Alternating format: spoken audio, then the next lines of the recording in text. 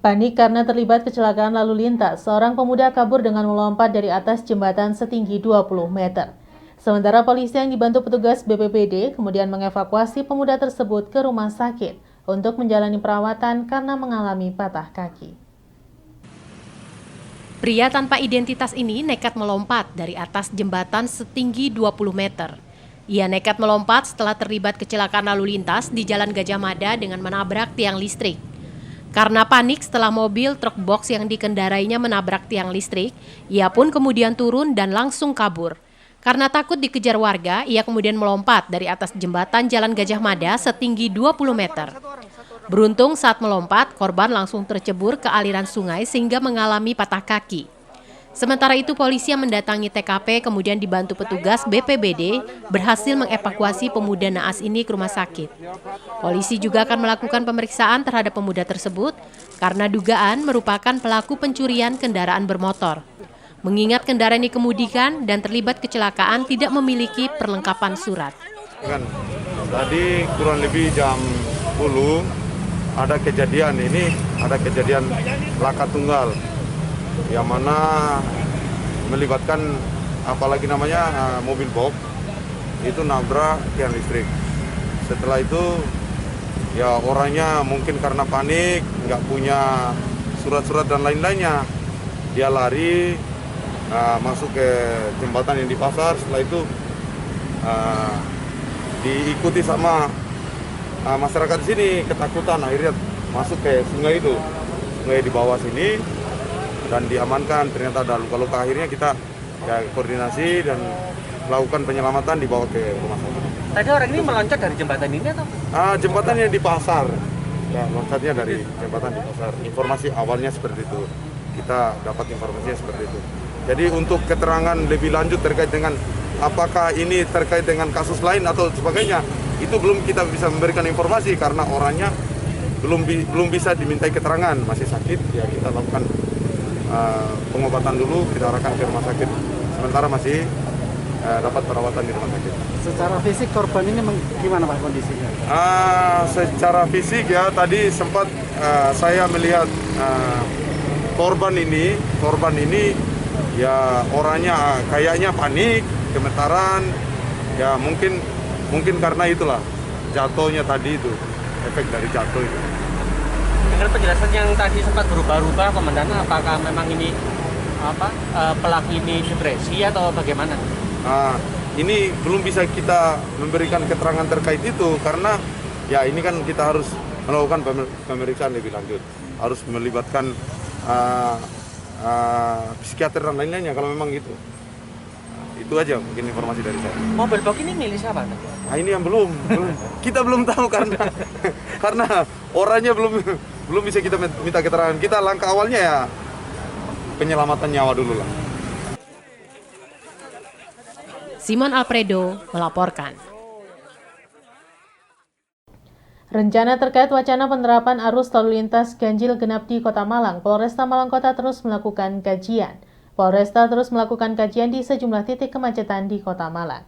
Sementara itu, Dishub Kota Malang telah menyiapkan rambu lalu lintas untuk dipasang apabila ganjil genap diberlakukan. Polresta Malang Kota terus melakukan kajian sebelum diberlakukannya wacana pemberlakuan arus lalu lintas ganjil genap di Kota Malang. Kajian ini dilakukan di sejumlah wilayah yang merupakan lokasi yang sering terjadi kemacetan.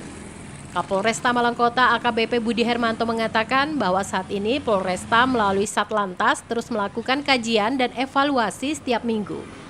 Kajian ini yakni dengan melihat kondisi kemacetan di Kota Malang serta kondisi jalan yang mendukung akan diberlakukannya arus ganjil genap. Apabila dalam kajian dan mendukung akan diberlakukan arus lalu lintas ganjil genap. Namun polisi juga terus melibatkan seluruh elemen yakni forum lalu lintas, sivitas akademika dan masyarakat untuk mencari kritik dan saran terkait wacana diberlakukannya ganjil genap. Tingkat kemacetan yang di masyarakat kita harus mengkaji dulu. Kita kan harus meninjau evaluasi minggu ini, minggu besok, minggu berikutnya kita evaluasi dulu. Kapan saja sih jam-jam kemacetan itu yang bisa kita tinjau, kita kaji. Kapan kita bisa menerapkan? Terus termasuk ada nggak jalur alternatif bagi masyarakat yang ingin melewati jalan itu harus ada kita lihat. Nah, kita harus melihat sarana prasarana itu mendukung nggak. Apabila jalan itu rusak dan lain kan tidak bisa kita jadikan jalur alternatif. Masih kita kaji dengan forum lalu lintas, termasuk ada Kadisub di sini. Nah, ini menunggu Pak Kasat Lantas karena memang nanti Kasat Lantas sendiri yang mengundang. Kita harus melihat sistemnya seperti apa karena termasuk kita akan melibatkan sivitas akademis juga. Jadi untuk wilayah Malang ini kan ada 56 atau 57 kampus universitas perguruan tinggi. Kita bisa memanfaatkan forum itu, termasuk kita kan juga harus mendengar kritik dan saran dari masyarakat setempat juga, termasuk beberapa elemen relawan dan komunitas. Sementara itu terkait wacana pemberlakuan arus lalu lintas ganjil genap, Disub Kota Malang mengakui telah menyiapkan rambu-rambu lalu lintas. Disub sendiri hanya menunggu instruksi dari pimpinan dalam pemasangan rambu lalu lintas ganjil genap. Wacana pemberlakuan arus ganjil genap di Kota Malang selain untuk mengurai kemacetan juga untuk mencegah persebaran virus COVID-19 di Kota Malang. Sudah menyiapkan rambu, tinggal tunggu perintah aja kita. Tunggu perintah untuk masang dan sebagainya. Berapa rambu yang sudah disiapkan? Ya, Berapa rambu yang ya sesuai kebutuhan kemarin. Ada namanya RPBJ ada 4 ya. Itu ada 4, kemudian ada yang rambu-rambu terkait dengan larangan masuk, ada rambu penunjuk segala macam, ada 15-an, 16-an. Sudah kita siapkan semua, tapi tunggu perintah juga, tunggu perintah bagaimana harus dipasang, jam berapa kan itu. berarti dari Disub sendiri sudah siap sebenarnya? Siap, untuk perangkat siap, hanya kita menunggu perintah pimpinan. Simon Alfredo melaporkan. Meningkatnya kesadaran warga masyarakat dan pentingnya sertifikat vaksin untuk banyak persyaratan, warga antusias mengikuti kegiatan vaksin di Pendopo, Kecamatan Junrejo, Batu. Ratusan warga masyarakat ini mendapatkan vaksin pertama jenis Pfizer. Kegiatan vaksinasi ini terus dilaksanakan hampir setiap hari di kantor desa dan kelurahan sekota Batu. Percepatan vaksin ini dalam rangka untuk terbentuknya herd immunity atau kekebalan komunal mencapai target 70% pada bulan November. Untuk capaian per 30 September 2021, untuk vaksin dosis pertama mencapai 75,74% atau 129.919 jiwa dan dosis kedua mencapai 28,22% atau sebanyak 46.538 jiwa. Saat ini Kota Batu masuk level 1 berdasarkan asesmen dari Kemenkes dan level 3 berdasarkan Imendagri nomor 43 tahun 2021. Pelaksanaan vaksin di tiap desa dan kelurahan terlihat ramai diikuti warga masyarakat. Hal ini diduga semakin meningkatnya kesadaran warga masyarakat dan kegunaan sertifikat vaksin untuk berbagai keperluan, diantaranya syarat kelengkapan perjalanan jauh, menggunakan angkutan umum pesawat, kereta api, dan lainnya. Menurut salah seorang warga mengungkapkan salah satu alasan mengikuti vaksin selain untuk menjaga kesehatan diri, keluarga dan lingkungan, juga manfaat sertifikat vaksin untuk berbagai persyaratan. Di Pendopo, Kecamatan Junrejo, ratusan warga masyarakat mengikuti vaksin COVID-19 tahap pertama dengan vaksin jenis Pfizer. Kenapa Pak baru sekarang divaksin Pak? Kenapa? Karena ya dulu saya kira itu Ya. nggak penting, ternyata ini vaksin sangat penting sekali bagi saya dan teman-teman yang lain itu Ya. menjaga kesehatan. Kemudian kan juga kartu vaksinnya juga sertifikatnya penting sekali Pak ya. Iya, Ketika kita bepergian, iya. kita masuk mall juga. Iya Pak, ya. Korupsi menunggu perpanjang Ya. SIM atau ngurus sesuatu yang penting bagi kita itu sangat Saat ini kan juga harus ada sertifikatnya. Kartu harus ada vaksin. Sertifikat. Gimana barusan? Habis di Biasa aja Pak. Nggak Nggak ada efek, nggak ada rasa. belum ada. Itu yang ini yang pertama berarti Pak ya? Iya ya.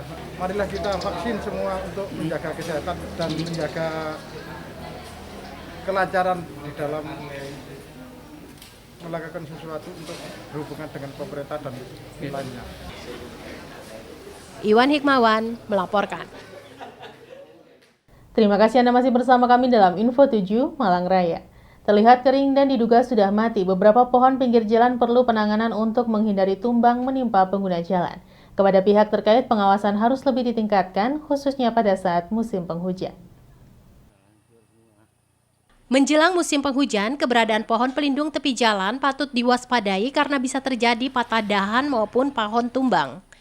Beberapa titik pohon kering di jalan provinsi maupun jalan Kota Batu yang perlu mendapatkan perhatian dari pihak terkait karena terlihat sudah kering dan diduga sudah mati.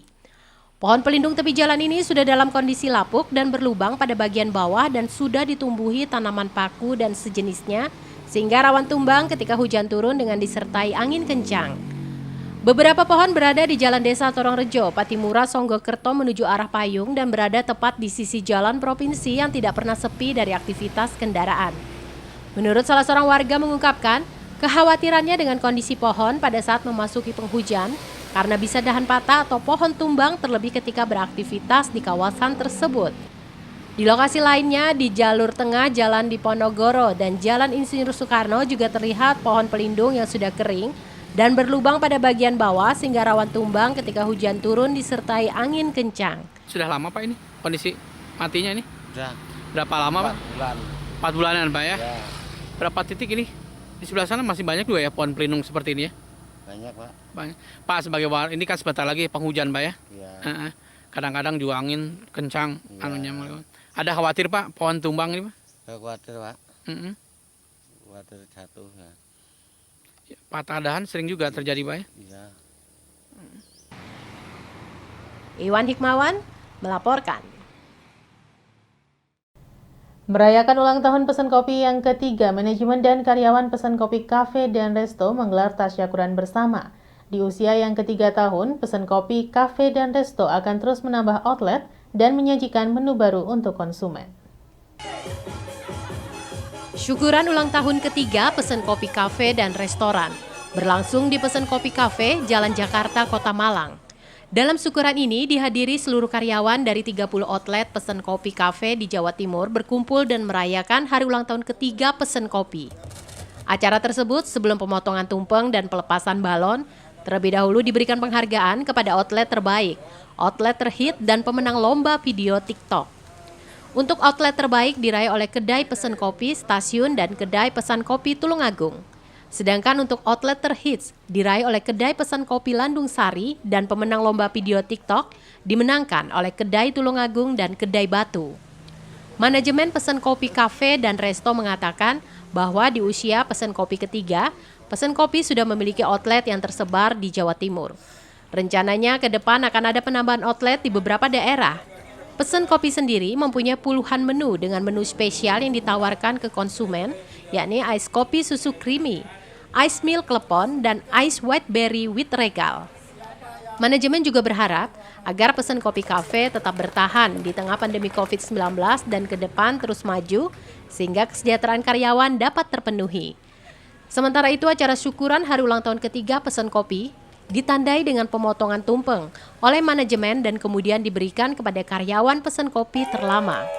Selain itu juga dilakukan pelepasan balon ke udara dengan harapan Pesan Kopi Cafe terus maju dan berkembang. Sebenarnya perjalanan Pesan Kopi dari tahun pertama sampai tahun ketiga sekarang memang luar biasa, menurut kita cepat sekali, sangat masif, dan walaupun tentunya di 2 tahun terakhir ini kita terkena pandemi, juga kita masih bisa bertahan dan bahkan kita masih bisa expand juga dikarenakan memang kita benar-benar mengutamakan kualitas dan juga harga yang terjangkau untuk para warga di Jawa Timur khususnya. Saat ini kita sudah ada 30 outlet yang tersebar di Jawa Timur. Kemudian memang nantinya ke depannya memang kita ada beberapa proyek yang memang anak perusahaannya Pesan Kopi, seperti Pesan Kopi Express Mie. Selain Pesan Kopi dan Pesan Kopi Express Mie yang tetap kita akan menambah cabang sampai kemungkinan ke seluruh penjuru Indonesia. Kemudian kita ada proyek baru, itu namanya Pesan Kopi Plus. Memang kita di situ fokusnya memang untuk kafe yang dine-in, yang untuk nyaman untuk kerjakan tugas dan lain-lain. Yang jelas kita selalu setiap mungkin 6 bulan sekali kita selalu mengeluarkan menu-menu baru yang memang tidak membuat customer juga jenuh gitu ya. Jadi setiap 6 bulan sekali kita selalu mengeluarkan menu baru. Khususnya yang baru kita keluarkan ini ada menu varian regal. Jadi tetap harga yang murah juga dan juga ada big size-nya juga. Jadi intinya memang kita setiap hari ke harinya, setiap bulan ke bulannya memang kita selalu meningkatkan pelayanan dari kita, inovasinya juga selalu kita kembangkan.